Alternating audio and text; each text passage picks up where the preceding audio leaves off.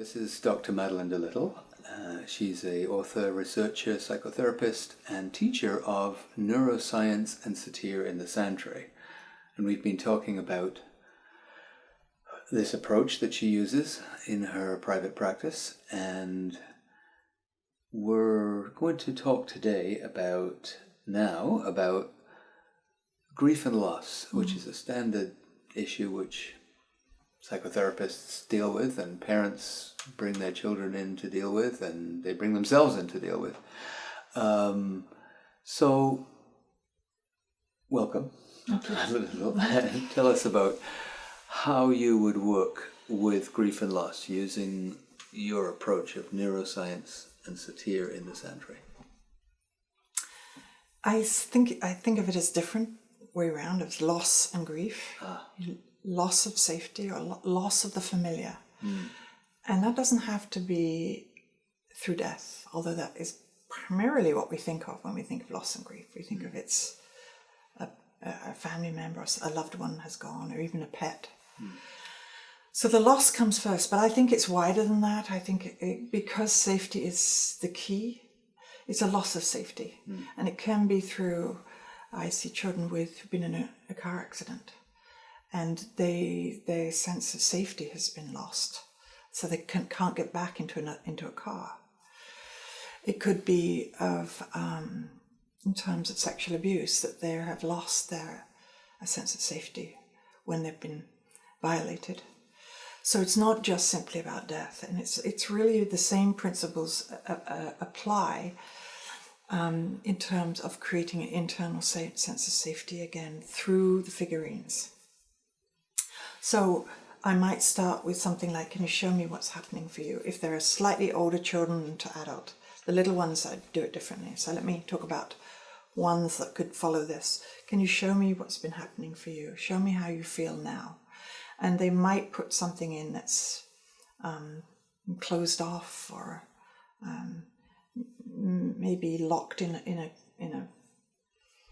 some kind of chest or some box, or even sometimes in a coffin. So there's a sense that they have shut right down. So that's where that's in that sort of immobilized state that we talked about the polyvagal theory, that they have shut down, and in some cases moved to a different system, and there's a depression has kicked in. And so the idea is to look at how they could be different.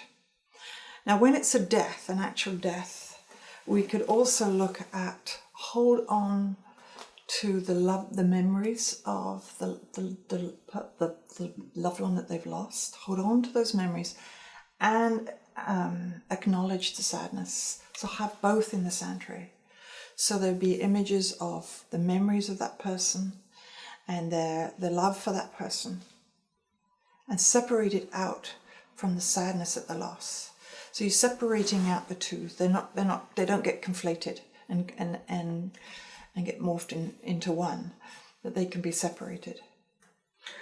It sounds like the sanctuary is an ideal place for this sort of undoing the Gordian knot. Yes.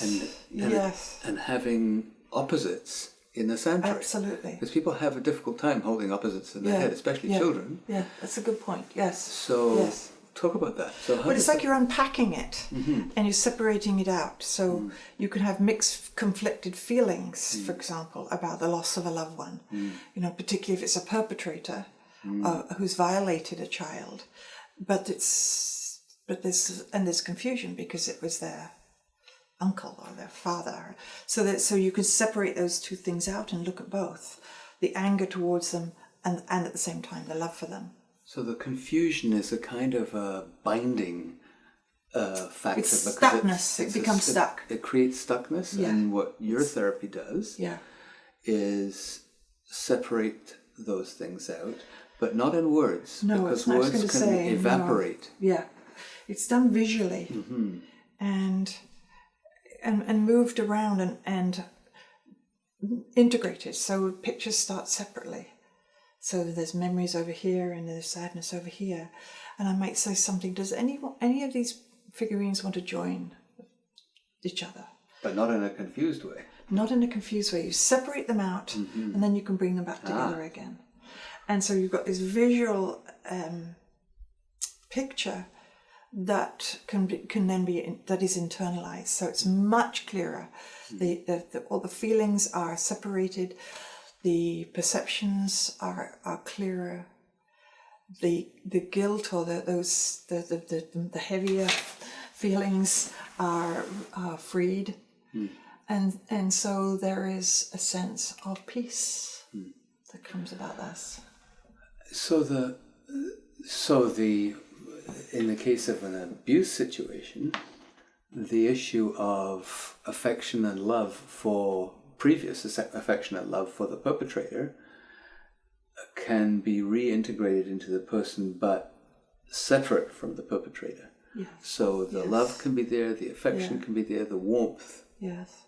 Is that what you're saying? But without having it attached to this person. This person is done because of what they did. That's right. Yes. So it's sort of like internalizing the parts of that person and internalizing them and making it a part of who they are. Right. Without having the negative parts. That's beautiful. Just quickly, how does the neuroscience part, the novel metaphor, work in terms of the loss and grief process? Again, I mean, related to typically what you might see. I mean, go the other way, because you talked a little bit about the closing down. What about the active response, the angry response to loss and grief, where there's a fight factor involved that's not helpful, and that's why they've come to see you. Right. So you mean they're angry, they're resentful, that's right. How could he? Yeah. That's motivating. Anger is motivating. So that was Yeah. You talked before about special gift. Yeah, well, that's right. And it's in the sympathetic system of fight and flight. And it is motivating. And so we would explore what that anger is about and what's behind the anger and what the expectations look like. But it's all done in symbols. So what it would look like in the center. What it would look like. What does anger look like? Can you show me what anger looks like? Don't tell me about it. Show me. Don't tell me. Show me, don't tell me is the tagline. Show me, don't tell me. Right. So show me what anger looks like. And I would say, I wonder if you could show me if there are expectations here. I should be. Or he should have been. Oh, okay. Yeah, he should have been. Can you show me what that looks like? So that unspoken words or unspoken thoughts are actually put into symbols and into metaphors and accessed that perhaps hadn't been accessed before. That it wasn't actually part of their conscious understanding, but through metaphor they can bring it out, and it can look very big and very powerful and overwhelming, and then they're literally taken aback by the sight of these expectations and the anger. So they hadn't realized how big it was because it was inside and implicit. You talked about that. Yes. But now they realize how big it is. Because it's a sort of the relationship with the pain and the sorrow, and then there's this overwhelmingly large dragon looking at them, and they might say like, "Oh, I had no idea it was that big," and then they say, they'll look at it, and they're not going to just say, "I don't want that," and take it out.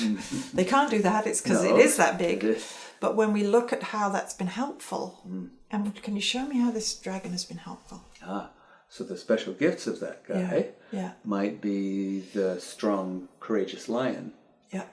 And it or the motivating, or that it's kept them ethically in the right direction. And so when they can see it, it puts it in balance, and why that anger was needed, perhaps.